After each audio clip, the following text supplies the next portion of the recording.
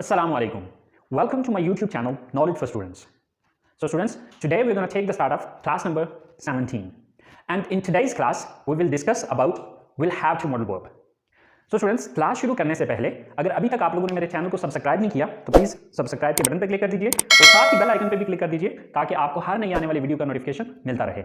और अगर आपको मेरी वीडियोस पसंद आई हैं और अगर आप इनसे कुछ सीख रहे हैं तो प्लीज़ लाइक एंड शेयर के बटन पर क्लिक कीजिए। और अगर आपको कोई मसला हो रहा है या आप कोई मुझे सजेशन देना चाह रहे हैं या आप कोई स्पेसिफिक चीज़ पढ़ना चाह रहे हैं तो आप लोग कमेंट्स बॉक्स में जाके कमेंट्स कर सकते हैं। तो चलिए गाइस स्टार्ट करते हैं class number 17। So students, will have to modal verb. So will have to modal verb is used to express necessity in the future. यानी कि will have to modal verb का इस्तेमाल किया जाता है फ्यूचर में या मुस्तकबिल में किसी की जरूरत को बयान करने के लिए। यानी कि हम यहाँ पर ये कह सकते हैं कि ये हैज टू और हैव टू मॉडल वर्ब का फ्यूचर है। यानी कि has to and have to को हम यूज करते थे to express necessity in the present. इसी तरह से पिछली क्लास में हमने हैड टू मॉडल वर्ब पढ़ा था। तो हैड टू मॉडल वर्ब की डेफिनेशन ये थी to express necessity in the past. यानी कि हैड जो है वो सेकंड फॉर्म थी, इसलिए वहां पे हमने हैड टू का यूज किया था। तो वो पास्ट की जरूरत को बयान करने के लिए था। लेकिन अब चूंकि फर्स्ट फॉर्म हैव के साथ विल आ गया तो विल हम फ्यूचर के लिए यूज करते हैं। So to express necessity in the future कि आने वाले वक्त में जब हम किसी की जरूरत को बयान करना चाहते हैं तो उसके लिए हम विल हैव टू का इस्तेमाल करेंगे। अच्छा, अब आने वाले वक्त में हम किसी की जरूरत को किस तरह से बयान करते हैं? तो उर्दू जुमलों के आखिर में ना होगा, नी होगी, ने होंगे या पढ़ेगा, पढ़ेगी, पढ़ेंगे वगैरह आता है। मसलन आपको कल कॉलेज आना पड़ेगा या आना होगा। ठीक है, अब इसी तरह से आपको ऐसा करना पड़ेगा, उन्हें वैसे करना होगा। लाइक अब जो कुछ भी करना होगा या करना पड़ेगा तो ये हमारे फ्यूचर की जरूरत है। ठीक है, अच्छा, अब इसके जो सेंटेंस बनाने का तरीका कार है वो सिंपल बिल्कुल वैसे ही है जिस तरह हमने हैज टू हैव टू या हैड टू को पढ़ा था। फर्क सिर्फ इतना आ रहा है कि जहां पे हैज टू हैव टू या हैड टू आ रहा था उसकी जगह पे हम विल हैव टू यूज करें। बाकी स्ट्रक्चर जो है वो बिल्कुल सेम वैसे ही है जिस तरह से हमने हैज टू हैव टू या हैड टू की स्ट्रक्चर को पढ़ा था। सो देखें, first of all subject, then will have to, then first form of the verb and then object और other word and at that there is a full stop.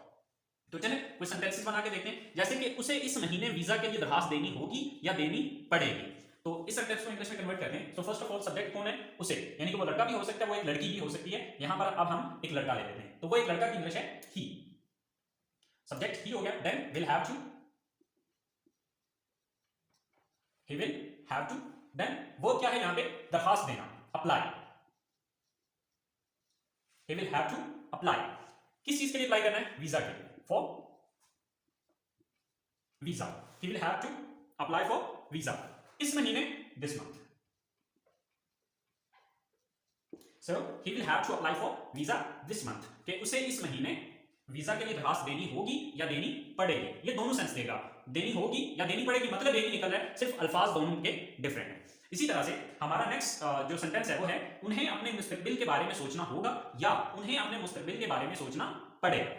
So subject कौन है यहाँ पे? उन्हें, यानी कि वो ज्यादा है, तो वो ज्यादा की इंग्लिश क्या होती है? They. Then will have to, they will have to. अब यहां पर वर्ब क्या है? वर्ब है सोचना, think. They will have to think.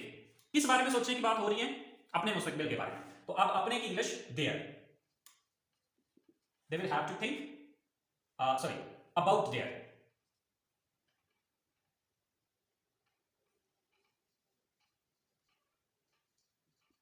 किस बारे में सोचने की बात हो रही है? मुस्तकबिल। तो मुस्तकबिल की इंग्लिश है future. So they will have to think about their future कि उन्हें अपने मुस्तकबिल के बारे में सोचना होगा या उन्हें अपने मुस्तकबिल के बारे में सोचना पड़ेगा। हमारे पास लास्ट सेंटेंस है कि मुझे अपने घर वालों को इस बारे में बताना होगा या बताना पड़ेगा। सो सब्जेक्ट कौन है यहाँ पे? मुझे, यानी कि मैं यहां पर सब्जेक्ट हूं, तो मैं की इंग्लिश है I. Then will have to, I will have to. वो क्या यहां पे? बताना, tell. I will have to tell. किसे बताने की बात हो रही है? अपने घर वालों को, यानी कि अब मेरे घर वालों को, my family. So I will have to tell my family. मुझे अपने घर वालों को बताना होगा या बताना पड़ेगा। किस बारे में? इस बारे में, about this. So I will have to tell my family about this कि मुझे अपनी फैमिली को इस बारे में बताना पड़ेगा। सो स्टूडेंट्स, अगर आप पिछले सेंटेंसेस को देखें तो सिर्फ जो डिफरेंस आ रहा है वो सिर्फ मॉडल वर्ब का डिफरेंस आ रहा है। बाकी सेंटेंस जो है वो सेम एज इट इज, जिस तरह पिछली सेंटेंसेस के अंदर हम पढ़ के आए हैं बिल्कुल वैसे ही बनते हैं। सो आई होप सो आप लोगों को पॉजिटिव सेंटेंसेस की समझ आ गई होगी, लेकिन फिर भी अगर कोई कंफ्यूजन होता है तो प्लीज आप लोग कमेंट्स बॉक्स में जाके कमेंट्स कर सकते हैं। तो चलें बात करते हैं अब हम इसके नेगेटिव सेंटेंसेस की। सो स्टूडेंट्स, नेगेटिव सेंटेंसेस को बनाने के लिए हम सिंपल ये करेंगे कि विल के बाद नॉट लगा देंगे। बाकी स्ट्रक्चर बिल्कुल वैसे ही है जिस तरह हमने पॉजिटिव सेंटेंसेस बनाए हैं। तो अगर आप पिछले पॉजिटिव सेंटेंसेस के स्ट्रक्चर और इस स्ट्रक्चर को देखें तो आपको डिफरेंस सिर्फ नॉट का नजर आएगा, और यहां पर हम नॉट लगा रहे हैं विल के बाद, will not have to, subject plus will not have to plus first form plus object और other word plus full stop. अच्छा, अब स्पीकिंग के अंदर आप विल नॉट का शॉर्टकट वोंट यूज कर सकते हैं, ठीक है। बोलने में अगर आप यूज करना चाहें तो विल नॉट का शॉर्टकट है won't, okay, won't have to. तो चलें देखते हैं, हमारे पास कुछ सेंटेंसेस हैं, जैसे कि उन्हें अपना शनाख्ती कार्ड लेने के लिए इस्लामाबाद नहीं जाना होगा या नहीं जाना पड़ेगा। तो सब्जेक्ट कौन है? उन्हें, यानी कि वो ज्यादा है, so they. Then will not have to, they will not have to. वो क्या है यहां पे? लेने के लिए जाना, ठीक है। अच्छा, अब यहां पर एक और पॉइंट आपने ज़हन में रखना है कि समटाइम्स ऐसा होता है कि किसी एक सेंटेंस के अंदर दो वर्ब्स आ जाते हैं। अब देखिए यहां पर लेने के लिए ये भी वर्ब है, जाना भी वर्ब है, तो यहां पर आपने एक पॉइंट ज़हन में रखना है कि अगर किसी जुमले के अंदर दो वर्ब्स आ रहे हैं, ठीक है, तो आपने ये ज़हन में रखना है कि जो उर्दू में दूसरे नंबर पे वर्ब आ रहा है वो इंग्लिश में पहले नंबर पे आएगा, और जो उर्दू में पहले नंबर पे आ रहा है वो इंग्लिश में दूसरे नंबर पे आएगा। मतलब अब यहां पर वर्ब हमारे पास लेना और जाना, दो वर्ब्स हैं, ठीक है। अब ये उर्दू में पहले नंबर पे आ रहा है तो इसका मतलब ये इंग्लिश में दूसरे नंबर पे आएगा, और ये उर्दू में दूसरे नंबर पे आ रहा है, तो अब हैव टू के फौरन बाद जो है वो हम जाना की इंग्लिश लगाएंगे। So they will not have to go, ठीक है। अब कहां जाने की बात हो रही है? Islamabad, go to Islamabad, they will not have to go to Islamabad. अब किसके लिए? शनाख्ती कार्ड लेने के लिए, for collecting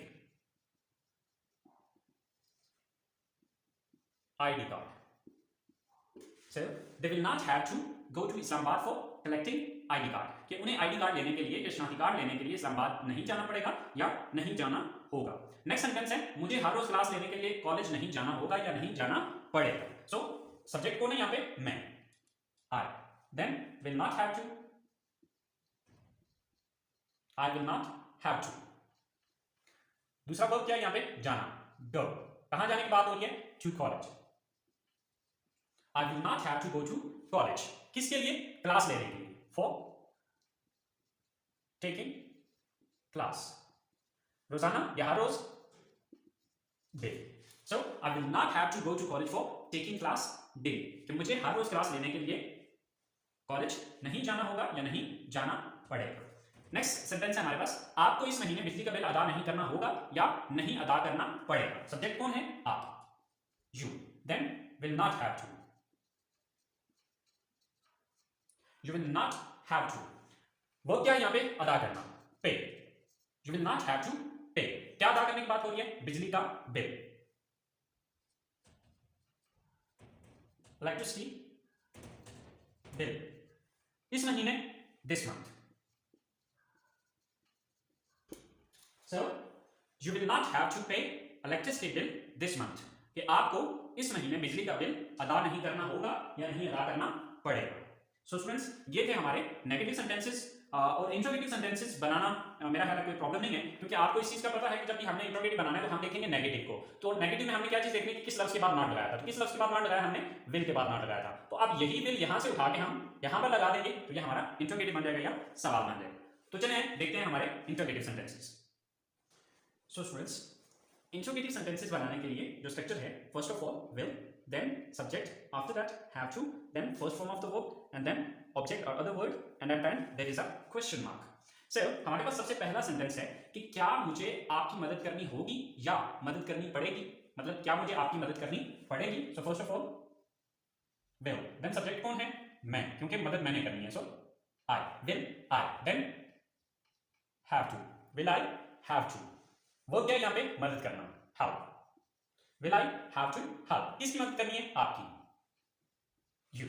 Will I have to help you? क्या मुझे आपकी मदद करनी होगी या क्या मुझे आपकी मदद करना पड़ेगी। इसी तरह से नेक्स्ट हमारा सेंटेंस है, उसे क्यों कॉलेज छोड़ना होगा या छोड़ना पड़ेगा। अच्छा, अब यहां पर एक चीज ध्यान में रखें कि यहां पर हमारे पास क्वेश्चन वर्ड आ रहा है। अब ये जो क्यों है ये हमारे पास क्वेश्चन वर्ड है। तो क्वेश्चन वर्ड वाले सेंटेंसेस का जैसे कि आपको पता है कि इसी स्ट्रक्चर के शुरू में आप क्वेश्चन वर्ड यूज करेंगे तो ये क्वेश्चन वर्ड वाली इंट्रोगेटिव बन जाएगी या WH इंट्रोगेटिव सेंटेंस बन जाएगा। तो आप सबसे पहले मुझे जो इंग्लिश लगानी होगी बल्कि विल नहीं यूज करूंगा, बल्कि इसकी बजाय यहां पर हम सबसे पहले क्यों की इंग्लिश लगाएंगे। तो क्यों की इंग्लिश क्या होती है? why, then will, why will, subject कौन है? उसे, यानी कि वो लड़का भी हो सकता है वो लड़की भी हो सकती है। तो चलें हम फिर वक्त लड़का ही ले लेते हैं, he, why will he, then have to, why will he have to, वो क्या यहां पे काम कौन सा करना है, छोड़ना, leave, why will he have to leave, क्या छोड़ने की बात हो रही है, college, why will he have to leave the college, why will he have to leave the college, कि उसे कॉलेज क्यों छोड़ना होगा या उसे कॉलेज क्यों छोड़ना पड़ेगा। इसी तरह से हमारे पास नेक्स्ट सेंटेंस है, आपको कब स्टेशन पर पहुंचना होगा या पहुंचना पड़ेगा। अब यहां पर भी कब जो है ये एक क्वेश्चन वर्ड है, तो सबसे पहले हम कब की इंग्लिश करेंगे, तो कब की इंग्लिश क्या है, when, then will, then subject कौन है, आप, you, when will you, next have to, when will you have to, वो क्या है यहां पे, पहुंचना, arrive या reach, आप इन दोनों में से जो मर्जी यूज कर ले, दोनों का मतलब एक ही है। when will you have to arrive या when will you have to reach, कहां पर पहुंचने की बात हो रही है, स्टेशन पर, at the station, so when will you have to arrive at the station, कि आपको कब स्टेशन पर पहुंचना होगा या आपको कब स्टेशन पर पहुंचना पड़ेगा। लास्ट सेंटेंस है हमारे पास कि क्या हमें इंग्लैंड जाने से पहले इंग्लिश सीखनी होगी या सीखनी पड़ेगी। So first of all will, then subject कौन है, हम, यानी कि हमें सीखना है, तो सब्जेक्ट कौन है, हम, we, will we, then have to, will we have to, verb यहां पर दो, एक तो जाना आ रहा है, दूसरा सीखना आ रहा है, तो जो दूसरे नंबर पे है वो पहले आएगा। So will we have to learn, will we have to learn, क्या सीखने की बात हो रही है, English, will we have to learn English, क्या हमें इंग्लिश सीखना होगी या सीखनी पड़ेगी इंग्लैंड जाने से पहले, बिफोर, पहले की इंग्लिश क्या है, before, before going to England, so will we have to learn English before going to England.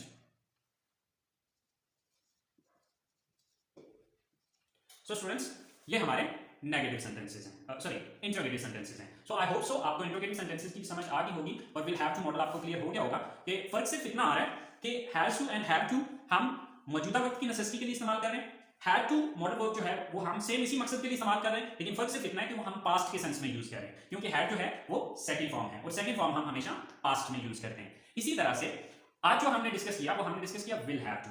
अब विल हैव टू भी सेम उसी पर्पस के लिए इस्तेमाल हो रहा है जिस पर्पस के लिए हैज टू या हैव टू यूज हो रहा था, लेकिन फर्क सिर्फ इतना है कि ये फ्यूचर के लिए इस्तेमाल किया जाएगा, कि अगर आपने फ्यूचर में किसी की जरूरत को बयान करना है तो उसके लिए हम विल हैव टू का यूज करेंगे।